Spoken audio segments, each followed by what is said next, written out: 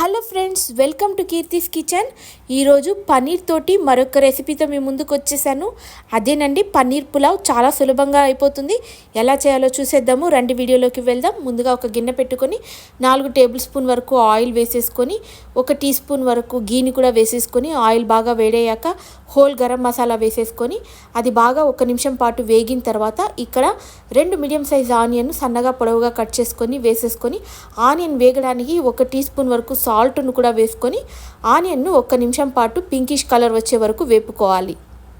చూస్తున్నారు కదా. ఇక్కడ కలర్ మారిన తర్వాత జింజర్ గార్లిక్ పేస్ట్ను కూడా వేసేసుకొని జింజర్ గార్లిక్ పేస్ట్ పచ్చి వాసన పోయే వరకు వేపుకొని ఇది 1-2 నిమిషాల్లో వేగిపోతుంది. ఇది వేగిన తర్వాత టమాటా ముక్కలను కూడా వేసుకొని ఒకసారి అలా కలుపుకొని ఇప్పుడు పసుపు కారంని కూడా వేసేసుకోవాలి. ఎందుకంటే ఆయిల్లో పసుపు కారం వేయడం వల్ల బిర్యానీకి మంచి కలర్ కూడా వస్తుంది. సో ఇప్పుడు బాగా వేపుకొని 1 నిమిషం పాటు మూత పెట్టి టమాటాలు మగ్గే వరకు ఉడికించుకోవాలి. సో టమాటాలు బాగా మగ్గిపోయింది కదా. ఇప్పుడు ఒకసారి అలా గరిటెతోనే మ్యాష్ చేసేసుకొని పచ్చిమిరపకాయలు పుదీనా కొత్తిమీరను కూడా వేసేసుకొని బాగా మిక్స్ చేసుకోవాలి. ఇప్పుడు ఇది బాగా మిక్స్ అయిపోయిన తర్వాత ఇప్పుడు మటన్ మసాలా గరం మసాలాను కూడా నేను ఇక్కడ యాడ్ చేసుకున్నాను. సో 2 టేబుల్ స్పూన్ల వరకు కోకోనట్ మిల్క్ పౌడర్ను కూడా యాడ్ చేసుకున్నాను.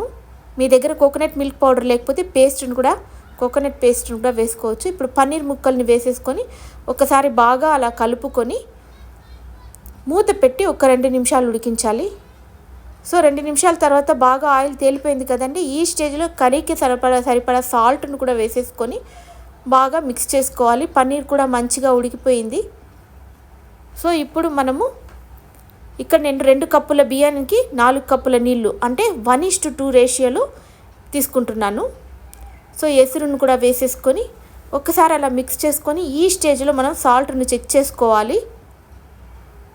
ఇప్పుడు బాగా వాటర్ని మరిగించి వాటర్ బాగా మరిగిన తర్వాత 20 నిమిషాలు నానబెట్టుకున్న బియ్యాన్ని ఇక్కడ బాస్మతి బియ్యాన్ని నేను వాటర్లో వేసేసుకున్నాను.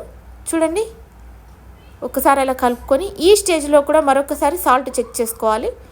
దమ్ పెట్టి ఉడికిస్తే అంతేనండి, ఎంతో టేస్టీ అయిన పన్నీర్ పులావ్ రెడీ అయిపోయింది. ఇది సింపుల్గా రైతాతో సర్వ్ చేస్తే చాలా బాగుంటుంది. ఒక్కసారి ట్రై చేయండి.